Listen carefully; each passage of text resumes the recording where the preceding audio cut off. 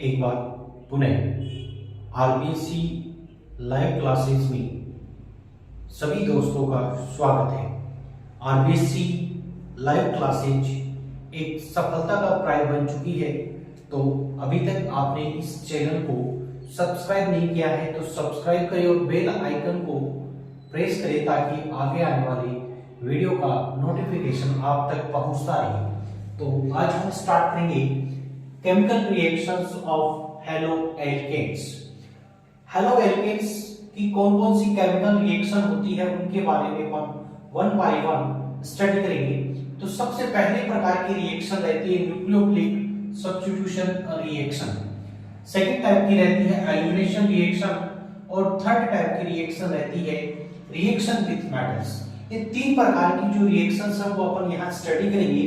तो सबसे पहले अपन बात करते हैं न्यूक्लियोफिलिक सब्स्टिट्यूशन रिएक्शन। ये न्यूक्लियोफिलिक सब्स्टिट्यूशन रिएक्शन क्या होती है? तो ये जो होता है RH एल्काइल हैलाइड, इस एल्काइल हैलाइड की रिएक्शन करवाई जाती है न्यूक्लियोफाइल के साथ। न्यूक्लियोफाइल क्या होता है? जिस पर नेगेटिव चार्ज प्रेजेंट होता है उसको कहा जाता है न्यूक्लियोफाइल। ये न्यूक्लियोफाइल जैसे ही इस R पर जुड़ता है वैसे ही X बाहर निकल जाता है। यहाँ पर R पर पॉजिटिव चार्ज रहता है, X पर नेगेटिव चार्ज रहता है। तो ये इसके साथ रिएक्शन करता है। रिएक्शन करने के बाद में यहाँ पर ये न्यूक्लियोफाइल इसके साथ अटैच हो जाएगा, X बाहर निकल जाएगा, प्रोडक्ट बन जाएगा RNU और X बाहर निकल जाएगा। कोई भी नेगेटिव चार्ज कंटेनिंग चीज होती है उसको कहा जाता है, कोई भी नेगेटिव चार्ज कंटेनिंग जो स्पीशीज होती है उसको कहा जाता है न्यूक्लियोफाइल। तो अपन RH की रिएक्शन न्यूक्लियोफाइल के साथ कराओगे तो RNU बन जाएगा और X बाहर हो जाएगा। अब सबसे पहले कौन कौन सी रिएक्शन है जिनमें अपन को इस प्रकार की रिएक्शन देखने को मिलती है? तो सबसे पहला एग्जांपल अपन लेते हैं NaOH के साथ। तो RH है उसकी अपन NaOH यानी सोडियम हाइड्रोक्साइड के साथ रिएक्शन करवाएं तो मेटल पर पॉजिटिव चार्ज रहेगा, X पर नेगेटिव, यहाँ पर पॉजिटिव, यहाँ पर नेगेटिव। तो ये जो OH है वह इसके साथ जुड़ जाएगा, X बाहर हो जाएगा और प्रोडक्ट बन जाएगा ROH प्लस NaX। ये हमारा एल्कोहल जो है वह प्रोडक्ट बन जाएगा। नेक्स्ट बात करें अपन H2O के साथ। तो H2O के साथ यदि आप RH की रिएक्शन करोगे, सेम प्रकार की रिएक्शन है। यहाँ पर H पर प्लस चार्ज रहता है, OH पर माइनस चार्ज रहता है। तो ये OH जो है वो R पर रिएक्शन करेगा, प्रोडक्ट बन जाएगा अपने पास ROH प्लस और HX जो है वह बाहर निकल जाएगा, अपना प्रोडक्ट बन जाएगा। नेक्स्ट बात करिए अपन NaOR के साथ। तो सेम प्रकार की रिएक्शन है।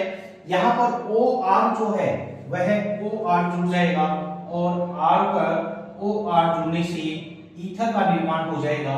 नेक्स्ट अपन बात करें NaI के साथ।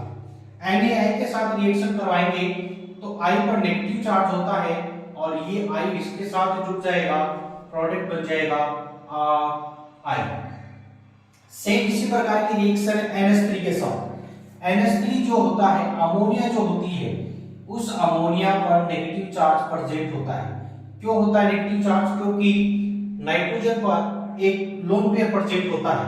आपको याद रखना है FON, F for fluorine, O for oxygen, N for nitrogen.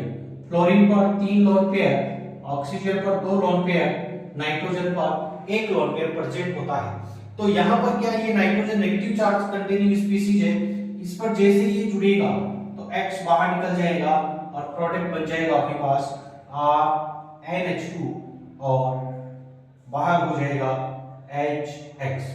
तो अपने पास बन जाएगा एमाइन कंपाउंड। एमाइन जो है वह कंपाउंड का फॉर्मेशन हो जाएगा। इसी प्रकार से यदि अपन प्राइमरी एमाइन का यदि इसके साथ रिएक्शन करवाएं तो उसी प्रकार से ये H अलग हो जाएगा और प्रोडक्ट अपने पास बन जाएगा RX प्लस RNH 2। तो ये नाइट्रोजन इस पर जुड़ेगा, वैसे ही ये बाहर हो जाएगा, प्रोडक्ट बन जाएगा RNHR प्लस HX। प्रोडक्ट जो है सेकेंडरी एमाइन का निर्माण हो जाएगा। सेम इसी प्रकार की यदि अपन सेकेंडरी एमाइन ले तो अपने पास प्रोडक्ट बन जाएगा टर्सरी एमाइन। नेक्स्ट चीज अपन बात करें, वेरी इंपॉर्टेंट रिएक्शन रहती है KCl और AgCl के साथ। RH जो है उसकी KCl के साथ यदि आप रिएक्शन करवाते हैं तो CN जो होता है ये एक एंटीडेंटेंट लिगेंड रहता है। यहां पर CN पर नेगेटिव चार्ज रहता है, तो ये हमारे पास यदि अपन बात करें दो प्रकार के कंपाउंड रहते हैं, एक कहलाता है आईडी कंपाउंड, दूसरा कहलाता है कोवैलेंट कंपाउंड। तो ये KCl जो है वह आईडी कंपाउंड होता है, इसमें पोटेशियम में प्लस चार्ज रहता है, कार्बन पर नेगेटिव चार्ज रहता है। ये नेगेटिव चार्ज जो कंपाउंड है ये CN है, वो इस पर जुड़ जाएगा, X बाहर हो जाएगा, प्रोडक्ट बनेगा RCN यानी अल्काइल साइनाइड, या आप बोल सकते हैं नाइट्राइल बनेगा। जबकि AgCl होता है यह है कोवैलेंट कंपाउंड होने के कारण यहां पर ये नाइट्रोजन जो है वह बॉन्डिंग करेगा, नाइट्रोजन बॉन्डिंग करेगा तो प्रोडक्ट बनेगा RNC यानी KCl और AgCl। तो आपको क्वेश्चन पूछा जा सकता है if KCl react with alkyl halide makes alkyl cyanide, जबकि अपने पास AgCl सिल्वर जो साइनाइड होता है reacts with alkyl halide makes alkyl isonitrile या alkyl isocyanide। Why? तो इसमें है KCl is a ionic compound, तो यहाँ पर ये जो कार्बन है ये बॉन्डिंग करता है R के साथ, जबकि एल्काइल जो सिल्वर जो साइनाइड होता है यहाँ पर नाइट्रोजन पर नेगेटिव चार्ज होता है, इस कारण से ये इस पर जुड़ जाता है, नाइट्रोजन जुड़ता है, ठीक है, इस कारण से एल्काइल आइसोसाइनाइड का कंपाउंड का निर्माण होता है। बाद में हम बात करते हैं कि कितनी प्रकार की रिएक्शन रहती है, तो ये दो प्रकार की होती है। पहली कहती है SN2 यानी सब्स्टिट्यूशन न्यूक्लियोफिलिक बाइमॉलिक्यूलर रिएक्शन।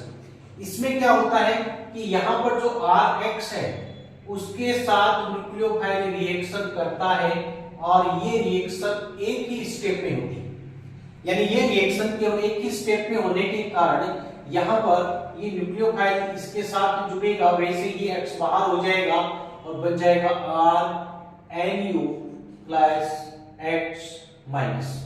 अब ये जो रिएक्शन रहती है केवल एक ही स्टेप में होने के कारण यह जो है रेट डिटरमाइनिंग स्टेप रहता है, और रेट डिटरमाइनिंग स्टेप में यदि यहाँ पर दो मॉलिक्यूल पार्टिसिपेट लेते हैं, इस कारण इसका जो रेट फॉर्मूला रहेगा वह रहेगा RX और N।